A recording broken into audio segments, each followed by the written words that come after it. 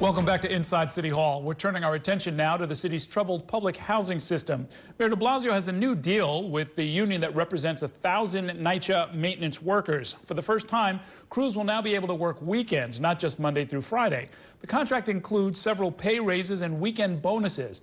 Now, the mayor says the agreement means residents can look forward to faster and more frequent repairs. Joining me now to talk about this is Kathryn Garcia, the interim chair of NYCHA. Welcome back to the program. Good to see you. Thank you for having me. Now, was this a renegotiation of the existing contract, or was this just an agreement to sort of put out a certain amount of, say, overtime for the folks? They actually had been out of contract since 2017. So this is for a new contract that actually technically begins in December of 2017 and will end January 1st of 2022.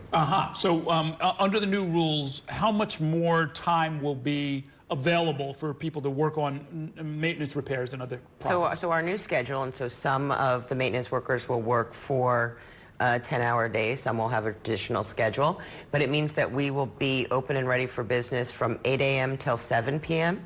Monday through Saturday until 6:30 on Sunday. And really that's about the fact that we have to get into people's apartments, and it's often easier to do that either right after work or on a Saturday. Okay, so now this isn't entirely scientific, right? I mean, you're hoping that people who are otherwise not available will make themselves available, make their apartments available on the weekends, right? Well, what we've seen is when we've been doing work order blitzes is that we've been getting a lot more work done with people on Saturdays. And so we have plenty to do. So having a few more hours every day will be important. Right. Is this a budget buster? No. We think that we are, well, with the increases were in line with what the other unions had received as part of the pattern. And so they will get a signing bonus if they are incumbents to take the 10-hour day schedule and take a weekend day as their regular schedule of $1,500 one time, which comes out to about $1 million.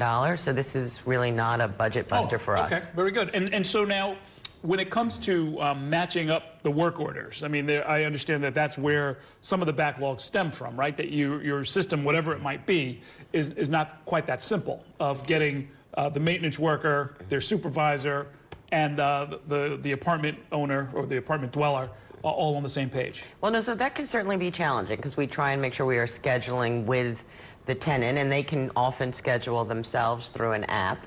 But this gives them more options, gives them more opportunity on a regular basis. And these are for the smaller repairs. So these are not if you need a plumber or a plasterer. This is for, I need my faucets fixed, I need my toilet unplugged, I need my door frame put back together. So these are not the large repairs. These are the day-to-day things that happen in anybody's apartment or house. Okay. And now what happens if in the course of doing that, your maintenance worker discovers, hey, this is a much bigger problem than I thought. This isn't just patching a wall. There's actually a leak or there's a structural problem. So they are supposed to and do create new work orders with the assigned trades so that they have, like, the skilled trades can come in and do the actual repair if it's bigger than what they can actually do. Okay, let me ask you, Lynn Patton, the HUD Regional Director, she recently did a round of visits that were intended to sort of spotlight individual problems and whether or not it was the right way to sort of make big change at NYCHA. She said at a minimum,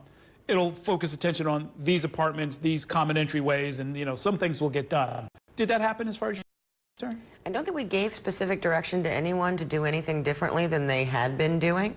We certainly hope that any attention she brings to the Housing Authority will generate federal money, not only for us, but for public housing authorities across the country. The federal budget that was released recently, I guess the first round of it, it looked like there would be big cuts nationally to public housing. Is that an ongoing concern? Are you involved in discussions to try and persuade the administration to do it differently?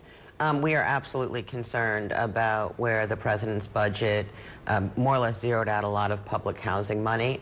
It would be devastating to the authority. We are already working with our congressional delegations to make sure that they are again advocating for us. I wish that we didn't have to ask every single year to please make sure that we don't get cut to the bone. But they have been aggressive in the last 2 years about protecting housing authorities across the country, and we hope to see that happen again. Okay. At the state level, my understanding is that the $450-odd million that's been set aside by the Cuomo administration for a few years, pending the naming of a federal monitor, is finally going to start to flow. Is that the case? That is my understanding. We had some very good conversations this week. Obviously, there were some boiler plants that were on the original list that we had to just do faster. And so we've replaced those. There's some changes we made, so we've provided that to them. We have to put in place some paperwork, and then we're hoping to see the money start to flow. Do you have a hierarchy of what repairs can or should happen first? I mean, do you know Yes. how you plan to spend this nearly $500 million? Oh, absolutely. So it is, for this particular amount of money, it is about $100 million for elevators, and then the rest is for boiler plants. There will be 4 boiler plants though, that will be more expensive than anticipated because they are in the flood zone, and we think that they need to be moved above ground. Mm-hmm. There's a very particular thing I was reminded by my producer on one of our visits to public housing in West Harlem. One thing that we saw and that we heard about from some of the tenants was that there were issues with sanitation. And so you are the ideal person because your regular job that you're going to go back to is as our sanitation commissioner. When it comes to pickups in some of these developments, a late pickup or a non-pickup can really be disastrous. The garbage backs up, there's infestation, there's all kinds of problems that result from that. You, of course, are now the ideal person to fix that problem, or at least spotlight it and put some attention on it. What can you tell us about that? Absolutely. So there really are 2 different issues going on here. For the big campus NYCHA developments, they actually have containerized service. And so it's relatively regular, but they can always call for an additional pickup. For the curbside, they are subject to the same issues that can happen to your curbside collection when we get into challenges in winter. Mm-hmm. But we are available to come and pick them up, the containers, on almost a give us a call and we'll come get it. The one thing that I will say is that on those large campuses, the refuse is often moved to the curb by the NYCHA caretakers to then be moved to the container. And so the caretakers actually also signed a historic deal back in December, and they have been starting at 6 a.m.